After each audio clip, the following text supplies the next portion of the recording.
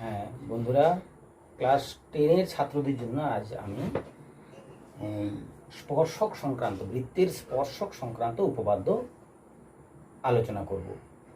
এই আলোচনার মধ্য দিয়ে দেখো তোমাদের জানা জিনিসগুলো আবার বেরিয়ে আসবে। প্রথমত শুরু করি। এখানে ধরো আমি আগেই লিখে ফেলেছি যে বৃত্তের স্পর্শক সংক্রান্ত উপপাদ্য। স্পর্শক সংক্রান্ত উপপাদ্য বলতে গেলে কি স্পর্শক জানতে হবে, বৃত্ত জানতে হবে। বৃত্ত কাকে বলে? না, বৃত্ত হচ্ছে একটা বদ্ধ বক্ররেখা, যে বক্ররেখার উপরে সমস্ত বিন্দুগুলোই ওর অভ্যন্তরে একটা নির্দিষ্ট বিন্দু থেকে সবসময় সমান দূরে থাকে। তাহলে ওই ভিতরের যে নির্দিষ্ট বিন্দু, যে বিন্দু থেকে বৃত্তের উপরে যত বিন্দু রয়েছে তারা সবাই সমদূরবর্তী। ভেতরের ওই নির্দিষ্ট বিন্দুকে বৃত্তের কেন্দ্র বলা হয়। আর ওই বদ্ধ যে বক্ররেখা তৈরি হয়েছে তাকে বলছে বৃত্ত। আর বৃত্তের ওই নির্দিষ্ট অভ্যন্তরের যে বিন্দু, যেটা নির্দিষ্ট বিন্দু সমতলের, ওই বিন্দুকে বৃত্তের কেন্দ্র বলছে। ওই কেন্দ্র থেকে বৃত্তের পর সমস্ত বিন্দুগুলি সমদূরবর্তী এবং ওই দূরত্বটি হচ্ছে বৃত্তের ব্যাসার্ধ। ঠিক আছে? তো এইরকম একটা যে কোনো বৃত্ত যদি তুমি আঁকো, বৃত্তের কোনো একটা বিন্দুতে স্পর্শক বলতে আমরা কি বুঝি? না, দেখো এখানে একটা ছবি এঁকে দিচ্ছি চিত্র 1-এ। এখানে দেখো বৃত্ত এঁকেছি, বৃত্তের কেন্দ্র ও বিন্দুতে আছে, ওর উপরে একটা বিন্দু এতে এটি একটা সরল রেখা এঁকেছি। কেমন এঁকেছি? এই সরল রেখাটা এমনভাবে এঁকেছি, জাস্ট দেখো বৃত্তটাকে ঠিক এ বিন্দুতেই এটি সরল রেখাটা ছুঁয়ে যাচ্ছে বা স্পর্শ করছে। তাহলে এই সরলরেখাটা হলো বৃত্তের একটা স্পর্শ।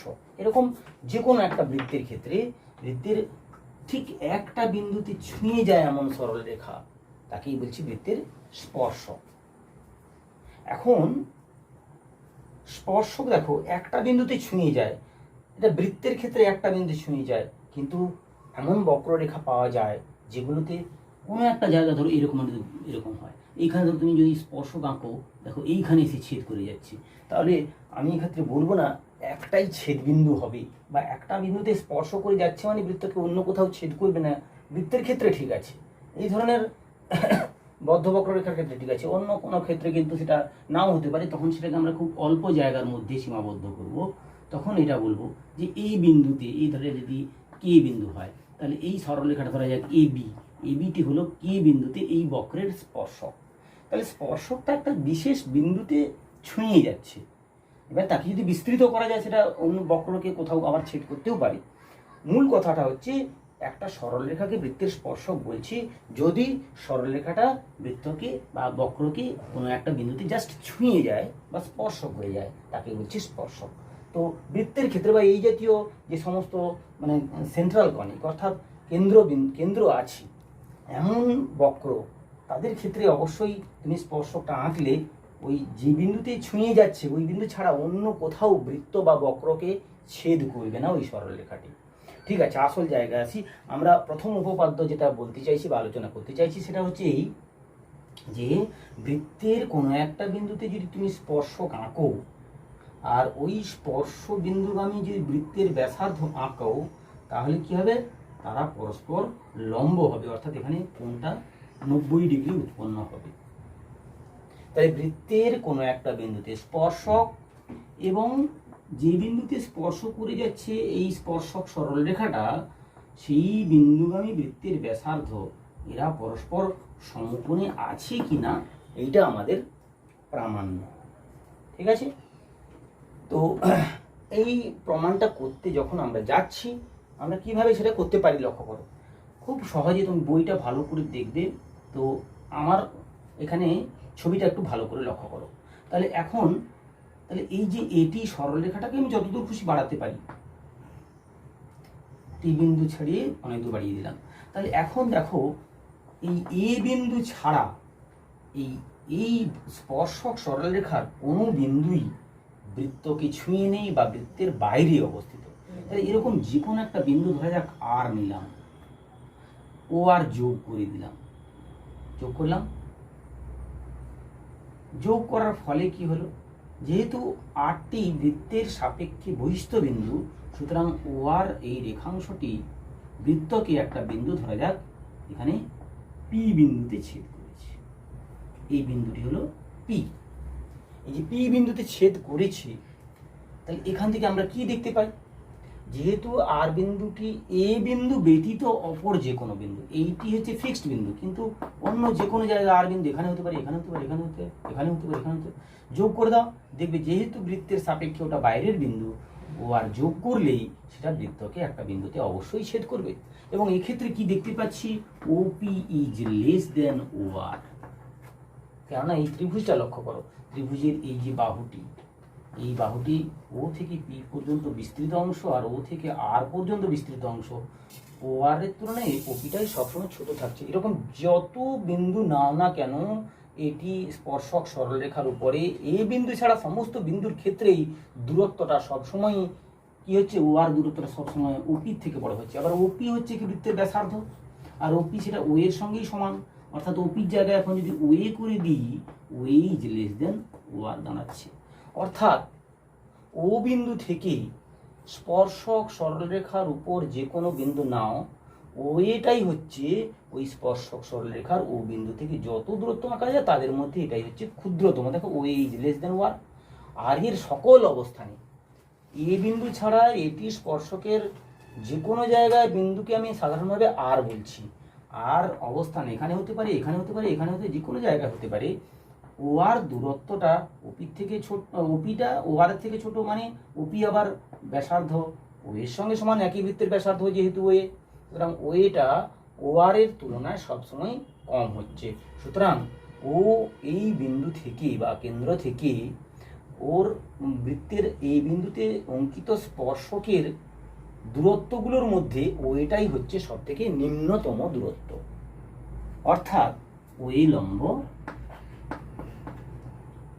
এটি, ওইটা এটির উপরে লম্ব হবে এই বিন্দুতে। তাহলে আমরা প্রমাণটা করাতে পারলাম। এই ধারণাটুকু থাকলে তুমি এবারে উপপাদ্য লিখতে গেলে তোমাকে প্রথমে উপপাদ্যের বিষয়টা লিখতে হবে, সাধারণ নির্বাচনটা উপপাদ্যটা প্রশ্নেই দেওয়া থাকবে, তোমাকে লিখতে হবে। বিশেষ নির্বাচন থেকে ধরা যাক ও একটি বৃত্তের কেন্দ্র, যার উপর যে কোনো একটা বিন্দু এ অবস্থিত, ওই বৃত্তের উপর এই বিন্দুতে একটি স্পর্শক সরলরেখা হচ্ছে এটি। সুতরাং কি প্রমাণ করতে হবে না, ও এ লম্ব এটি বা ও এটি কোণ 90 ডিগ্রি প্রমাণ করতে হবে। এই উপপাদ্যটি প্রমাণ করার জন্য আমি তাহলে কি করলাম না, অঙ্কনে একটা কাজ করলাম যে ওটি এটি স্পর্শক সরলরেখার উপর এই বিন্দু ছাড়া যে কোনো একটা বিন্দু আর নিয়ে ও আর যোগ করে দেওয়া হলো। যেহেতু আর বিন্দুটা বৃত্তের মানে মানে এই বিন্দু ছাড়া বাকি সমস্ত এটি সরলরেখার উপর অবস্থিত বিন্দুগুলো সবই বৃত্তের বাইরে অবস্থিত, সুতরাং ও আর যোগ করলে সেটা বৃত্তকে একটা বিন্দু ধরা যাক পি বিন্দুতে ছেদ করলো। তাহলে সেক্ষেত্রে আমরা দেখাতে পারলাম ওপি ইজ লেস দেন ও আর, বা ওপি আর ও এ তো একই বৃত্তের ব্যাসার্ধ, তাহলে ও এ ইজ লেস দেন ও আর, ও এ দৈর্ঘ্যটা ও আর এর থেকে ছোট। তাহলে ও আর তো এটি স্পর্শকের ওপর যে কোনো বিন্দু, তাহলে সবসময় ও বিন্দু থেকে ওই এটি স্পর্শকের উপর যে কোনো বিন্দুর দূরত্ব এর তুলনায় ও এ দূরত্বটাই হচ্ছে সব থেকে কম মানের দূরত্ব। অর্থাৎ ও এটাই হচ্ছে এটি স্পর্শক সরলরেখার নিম্নতম দূরত্ব, যার কারণে ও ইজ লম্ব এটি। কেননা আমরা জানি যে যে কোনো একটা বহিস্থ বিন্দু থেকে যে কোনো একটা সরলরেখার যত রকমের দূরত্ব আঁকতে পারি, লম্ব দূরত্বটাই হচ্ছে তাদের মধ্যে নিম্নতম। ঠিক আছে, আর লম্ব দূরত্ব মানেই নিম্নতম দূরত্ব, এবং সেক্ষেত্রে কোণটা উৎপন্ন হবে কত না 90 ডিগ্রি। এইভাবে আমরা এই উপপাদ্যটি প্রমাণ করতে পারি। ঠিক আছে, তাহলে আমরা প্রথম উপপাদ্য অর্থাৎ বৃত্তের ওপর কোনো একটি বিন্দুতে স্পর্শক এবং স্পর্শ বিন্দুগামী ব্যাসার্ধ পরস্পর লম্ব, এটা আমি প্রমাণ করতে পারলাম। ঠিক আছে, চিত্র 1-এর বিষয়টা আমি তাহলে অফ করে দিই। চিত্রটা হয়ে গেল, এই উপপাদ্যটা প্রমাণ হয়ে গেল, এটাও মুছে দিচ্ছি। এরপরে যেটা রয়েছে এরপরে যেটা হয়েছে সেটা হচ্ছে 2 নম্বর উপপাদ্য। 2 নম্বর উপপাদ্যে কি দেওয়া রয়েছে, 2 নম্বর উপপাদ্য রয়েছে, আমি এটা মুছে দিই তাহলে।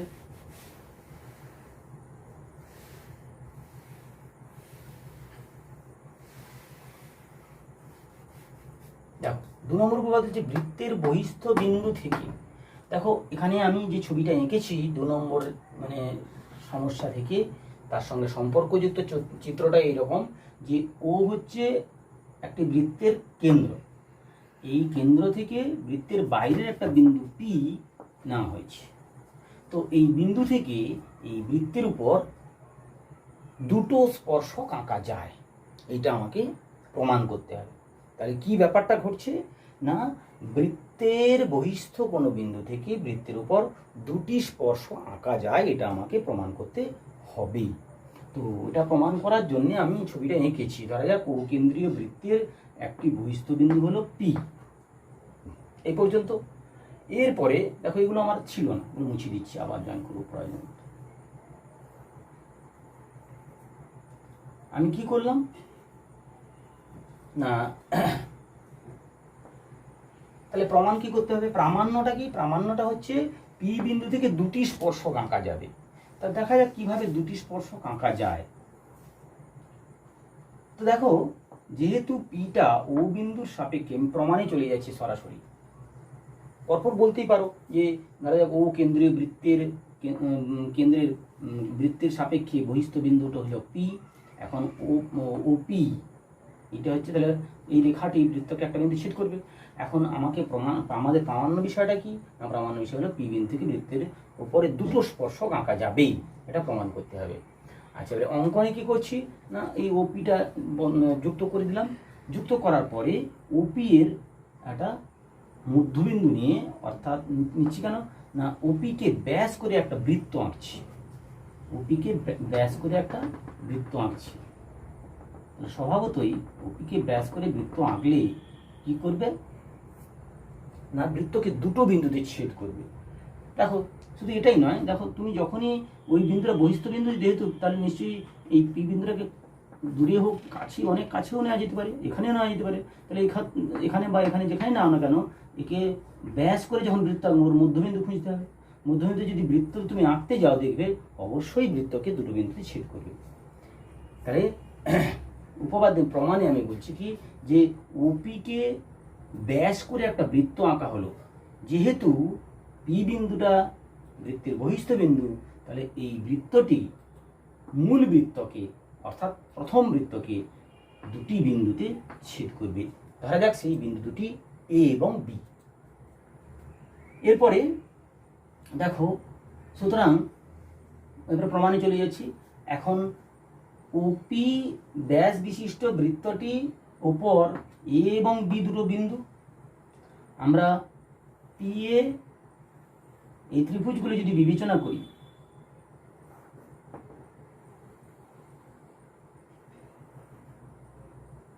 এই যে উপরের ত্রিভুজ আর নিচে ত্রিভুজ,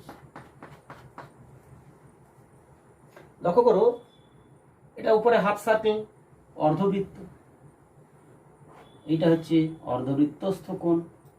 তার মানে কি এই কোণটা সমকোণ হচ্ছে, অর্থাৎ পি এ ও এ পরস্পর লম্ব, ও এ লম্ব পি এ। একই রকম ভাবে O P B, O P B মানে ওপি ব্যাসের নিম্নের যে নিম্নার্ধ বা নিচের অর্ধবৃত্তের কথা যদি ভাবি, এই অর্ধবৃত্তে কি দেখতে পাচ্ছি না, পি বি ও এটা অর্ধবৃত্তস্থ কোণ, সুতরাং পি বি ও কোণ একই রকম ভাবে পি বি ও কোণ 90 ডিগ্রি, সুতরাং ও বি লম্ব পিবি।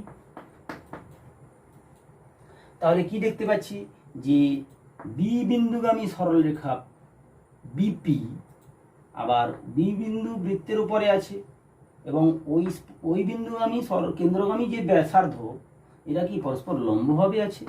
সুতরাং বিপি হলো বৃত্তের বি বিন্দুতে স্পর্শক। একই রকমভাবে এ বিন্দুতে এপি হলো বৃত্তের স্পর্শক। সুতরাং ওই দুটো স্পর্শক একই বিন্দু পিতে এসে মিলিত হয়েছে। উল্টো দিক থেকে আমরা বলতে পারি, সুতরাং বহিস্থ বিন্দু পি থেকে বৃত্তের উপর দুটি স্পর্শক আঁকা যায়, সেই দুটি স্পর্শক হলো পি এবং পিবি। এই হলো তোমার দ্বিতীয় উপপাদ্য। ঠিক আছে, বইটা একটু ভালো করে পড়ে নেবে, তাহলে দেখবে আমার সঙ্গে ঠিক হুবহু মিলে যাচ্ছে। তো এই লজিকগুলো, এই ধারণাগুলো কিন্তু আমাকে সবসময় স্পষ্ট রাখতে হবে। আচ্ছা, এরপরে আসছি দু একটা গাণিতিক সমস্যা করি।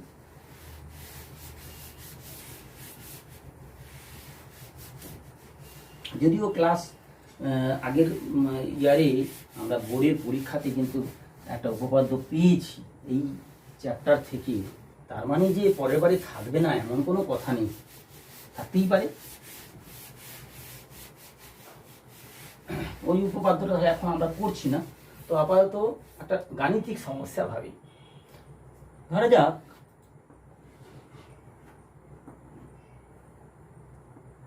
এটা হলো একটা বৃত্ত যার কেন্দ্র ও বিন্দুতে, ধরা যাক এবি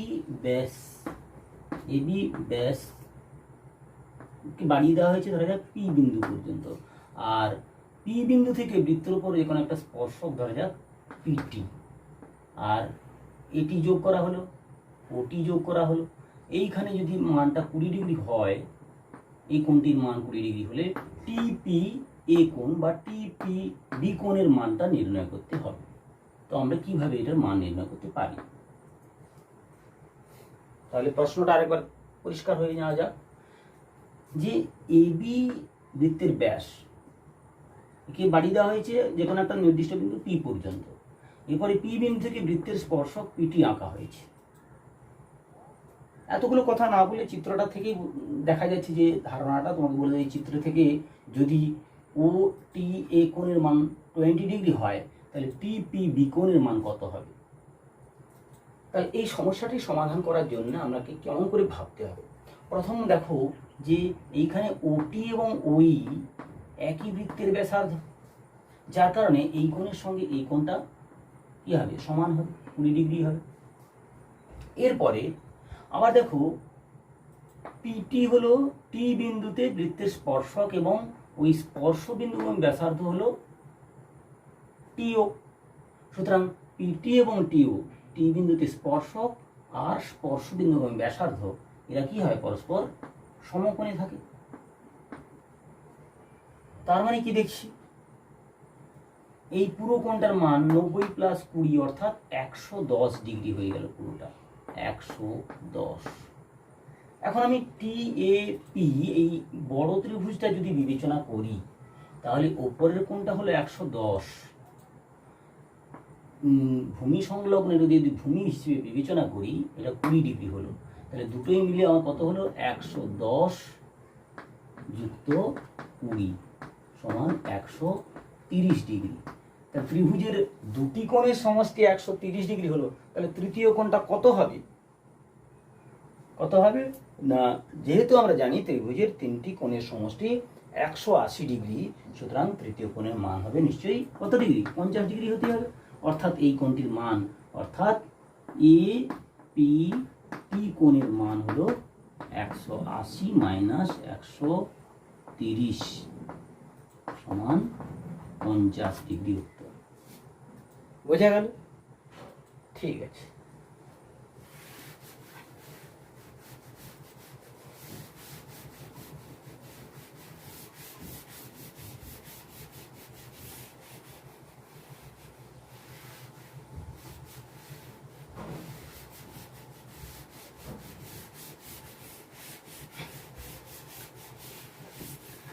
এখন আরো একটা গুরুত্বপূর্ণ উপপাদ্য যেটা পরীক্ষায় পড়ে গেছে অলরেডি গত মাধ্যমিকে, তো সেটা একবার বলে নিই যে বৃত্তের ওই এক উপপাদ্যটি হলো এই যে বৃত্তের বহিস্থ একটা বিন্দু থেকে বৃত্তের উপর যে দুটি স্পর্শক আঁকা যায়, যেটা আগের উপপাদ্যে আমরা শিওর হয়েছি বা প্রমাণ করেছি, যে দুটি স্পর্শক আঁকা যায় পিএ আর পিবি, ঠিক যেখানে ছুঁয়েছে ওই পর্যন্ত এঁকে দিয়েছি। এই দুটি স্পর্শকের দৈর্ঘ্য সমান হয়, অর্থাৎ পিএ = পিবি হয়, এবং তারা বৃত্তের কেন্দ্রে সমান সমান কোণ উৎপন্ন করে। অর্থাৎ এই এপি স্পর্শকটি বৃত্তের কেন্দ্র ধরা ওতে কি কোণ উৎপন্ন করেছে না, ডটেড লাইন দিয়ে যোগ করে দিলে এই উৎপন্ন কোণটা এইভাবে প্রকাশ করতে পারি। একই রকম ভাবে পিবি এই স্পর্শকটি বৃত্তের কেন্দ্রে পি ও বি কোণ উৎপন্ন করেছে। দেখাতে হবে এই দুটি কোণ পরস্পর সমান হবে, এবং তাহলে প্রামাণ্য বিষয় এক হচ্ছে PA ইকুয়ালস টু PB, বহিস্থ বিন্দু থেকে যে দুটি স্পর্শক আঁকা যাবে তারা দৈর্ঘ্যে সমান হবে। আর 2 নম্বর হচ্ছে তারা বৃত্তের কেন্দ্রে সমান কোণ উৎপন্ন করবে, অর্থাৎ POA কোণ সমান POB কোণ। তাহলে এই দুটি হচ্ছে আমার প্রামাণ্য। এটা প্রমাণ করতে গেলে খুব সহজেই আমরা করতে পারি। উপরের নিচে ত্রিভুজগুলো বিবেচনা করো, এই ত্রিভুজের সঙ্গে নিচে ত্রিভুজটা বিবেচনা করো। বিবেচনা করলে কি দেখতে পাচ্ছি, দেখো এইগুলো হচ্ছে কি একই বৃত্তের ব্যাসার্ধ, OA ইকুয়ালস টু OB, একই বৃত্তের ব্যাসার্ধ। আর কি না, যেহেতু এপিটা এই বিন্দুতে বৃত্তের স্পর্শক এবং OA এ বিন্দু স্পর্শ বিন্দু এবং ব্যাসার্ধ, সুতরাং OAP কোণ সমান OBP কোণ। একই রকম ভাবে নিচের স্পর্শকটির ক্ষেত্রে BP হচ্ছে স্পর্শক বৃত্তের B বিন্দুতে স্পর্শক, আবার ওই স্পর্শ বিন্দু ব্যাসার্ধ হচ্ছে OB বা BO, সুতরাং এখানেও সমকোণ উৎপন্ন হয়েছে 90 ডিগ্রি। তাহলে এরা উপর নিচে আমি কি ত্রিভুজ পাচ্ছি? সমকোণী ত্রিভুজ। এখন মূল প্রমাণের বিষয় হচ্ছে এই দুটো ত্রিভুজকে সর্বসম করা, অর্থাৎ দুটো সমকোণী ত্রিভুজকে সর্বসম করাই হচ্ছে আমার উদ্দেশ্য। তাহলে সেক্ষেত্রে আমি দেখতে পাচ্ছি কি এটি 1 নম্বর শর্ত হচ্ছে তাদের পেয়েছি, ওদের একই বৃত্তের ব্যাসার্ধ হওয়ার জন্য OA OB দুটো ত্রিভুজের এই বাহুগুলো সমান হচ্ছে। 2 নম্বর হচ্ছে এগুলো সমকোণ, কেননা বৃত্তের কোনো একটা বিন্দুতে স্পর্শক এবং স্পর্শবিন্দুগামী ব্যাসার্ধ পরস্পর লম্ব হয়, এই ধারণায় 2 নম্বর শর্ত পেয়েছি। 3 নম্বর দেখো খুব সহজেই OP হচ্ছে দুটো ত্রিভুজের সাধারণ বাহু OP, এটা অতিভুজ বাহু। অতিভুজ সাধারণ বলতে পারো, অতিভুজ বাহু, এটা সাধারণ বাহু দুটো ত্রিভুজে রয়েছে।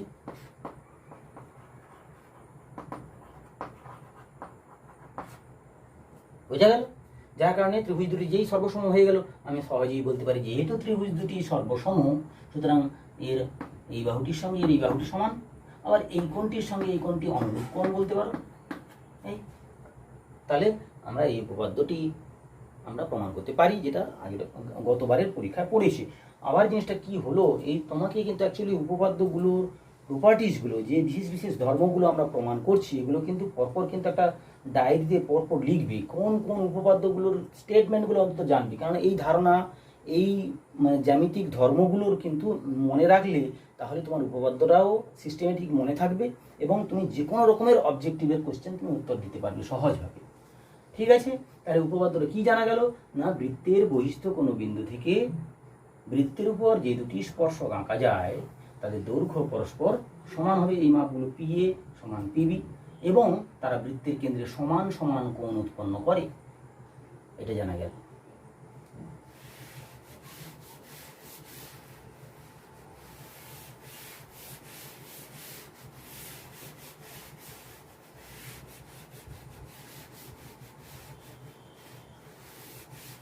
এরপরে কিছু কনসেপ্টের কথা বলি, সেই কনসেপ্টগুলো কেমন।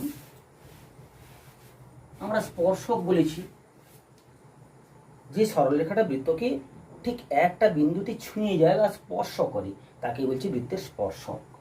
তো স্পর্শক কত রকমের হতে পারে, যেমন ধরো দুটো বৃত্ত পরস্পরকে ছুঁয়ে আছে,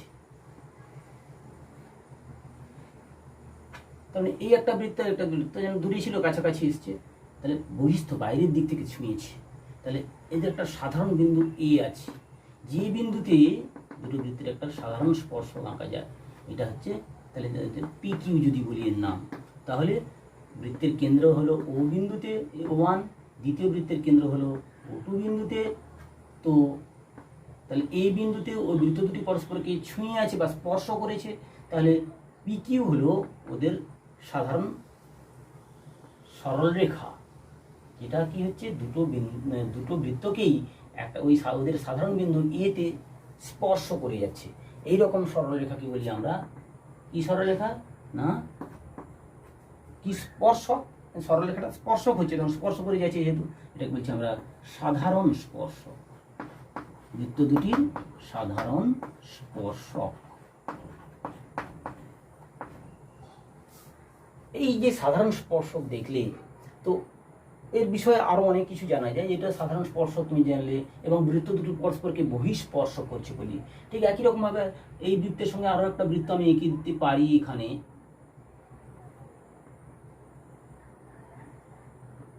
যেটা মূল বৃত্তের সঙ্গে, এটাকে O3 নাম দিতে পারো, এর কেন্দ্রের নামটা দিতে পারো, এর কেন্দ্র এই বিন্দুতে, এর কেন্দ্র এই বিন্দুতে। তো দেখো এক্ষেত্রে লক্ষ্য করবে অবশ্যই যে এই কেন্দ্রবিন্দুগুলো এবং স্পর্শক সরলরেখা একই রেখা বরাবর অবস্থান করবে। অনেক মজার। এটাকে বাড়িয়ে দাও, এটা এই বিন্দুগামী হবে।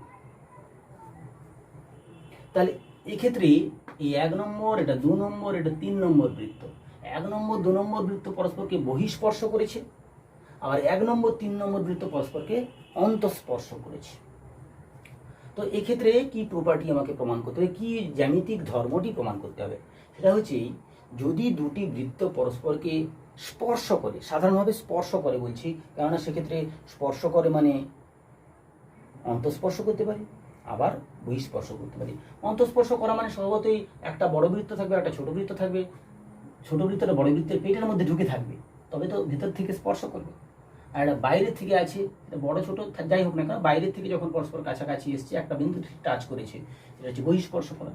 এবং এই ক্ষেত্রে আমাকে প্রমাণ করতে হবে কি না, দুটো বৃত্ত যদি এইভাবে পরস্পরকে স্পর্শ করে, সে অন্তঃস্পর্শই হোক আর বহিঃস্পর্শই হোক, সেক্ষেত্রে স্পর্শ বিন্দু এবং কেন্দ্রগুলি একই সরল রেখায় অবস্থান করবে। এটাও একটা গুরুত্বপূর্ণ উপপাদ্য। তাহলে বোঝা গেল আমরা এই উপপাদ্য এখন আলোচনা করছি, সেখানে আমরা সাধারণ স্পর্শক কথাটা জানলাম, যে দুটো বৃত্ত পরস্পরকে যদি স্পর্শ করে, সেই বহিঃস্পর্শই হোক আর অন্তঃস্পর্শই হোক, তাহলে তাদের সাধারণ স্পর্শ বিন্দুতে যে সরলরেখাটা উভয় বৃত্তকেই স্পর্শ করে যাবে, তাকেই বলছি সাধারণ স্পর্শ। এখন আমি দেখো প্রমাণটা খুব ভেরি সিম্পল, ভেরি ইজি, অনেক সহজ। লক্ষ্য করো, যেমন ধরো আমি প্রথমত এই ভেতরের বৃত্তটাকে বাদ দিলাম, আমি বহিঃস্পর্শ যখন করছি তখন ভাবছি, তখন লক্ষ্য করো যে O1 কেন্দ্র বিশিষ্ট বৃত্তের এই বিন্দুতে PQ স্পর্শক। তাহলে কি হবে, O1 A is perpendicular, লম্ব PQ। একই রকম ভাবে যদি দ্বিতীয় বৃত্ত 2 নম্বর বৃত্তের কথা ভাবি, যে বৃত্তের কেন্দ্র O বিন্দুতে, ওরও বহিস্থ বিন্দু, ওর উপরের একটা বিন্দু হচ্ছে এই বিন্দুতে স্পর্শক সেই একই PQ। তাহলে PQ স্পর্শকটা দ্বিতীয় বৃত্তের এই বিন্দুতে স্পর্শ করে যাচ্ছে, এটা যদি বিবেচনা করি, তাহলে O2A অবশ্যই PQ এর উপর লম্ব হবে। তাহলে এই দুটো বিষয় একসঙ্গে যদি বিবেচনা করি, কি দেখতে পাচ্ছি, O1A এ বিন্দুতে PQ সরলরেখার উপর লম্ব মানে সমকোণ, আবার O2A এটা এই বিন্দু, O2A সেটাও এই PQ সরলরেখার উপর এই বিন্দুতে লম্ব, এটা 90 ডিগ্রি, এটাও 90 ডিগ্রি। তাহলে কি দেখা যাচ্ছে যে O1A এবং O2A এই দুটি সরলরেখা একই বিন্দু A তে PQ সরলরেখার উপর লম্ব।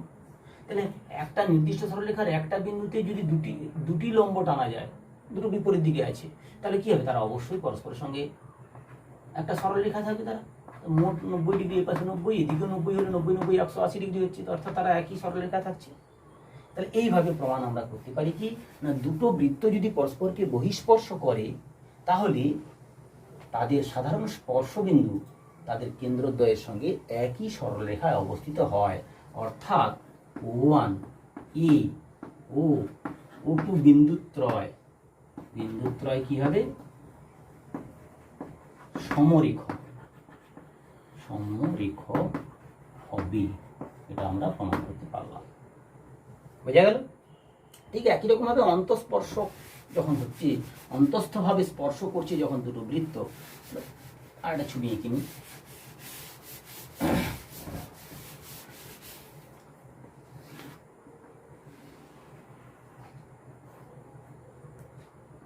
বৃত্তের কেন্দ্র O1 বিন্দুতে প্রথম বৃত্ত, আর একটা ধরো ওকে একটা বৃত্ত, ছোট বৃত্ত ধরো স্পর্শ করেছে,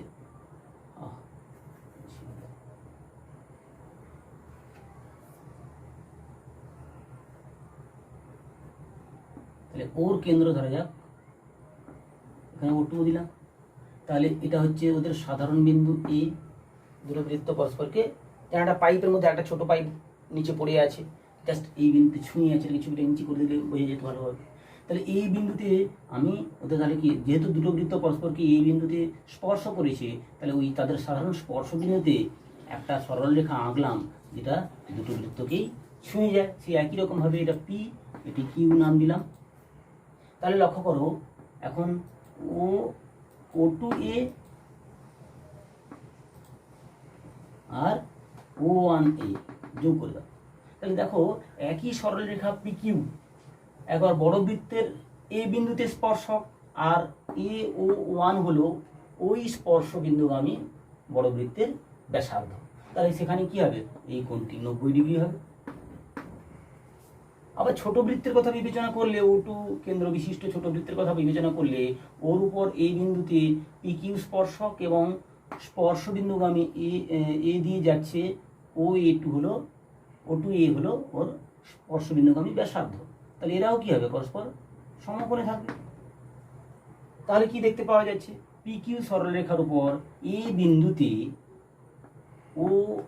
O2A এবং O1A লম্ব। তাহলে এই হচ্ছে ধরো PQ সরলরেখা, ওর ওপর একটা বিন্দু এতে O1AO লম্ব, আবার O2AO লম্ব। তার মানে কি, O1 O2 এবং এর একই সরলরেখা অবস্থান করবে, এটাও 90 ডিগ্রি আর এটাও 90 ডিগ্রি। তাহলে কি একই অভিমুখ পাচ্ছে, দুটো লম্বই একটা সরলরেখা বরাবরই আছে, সুতরাং O1 O2A সমরেখ। প্রমাণ করতে পারলাম।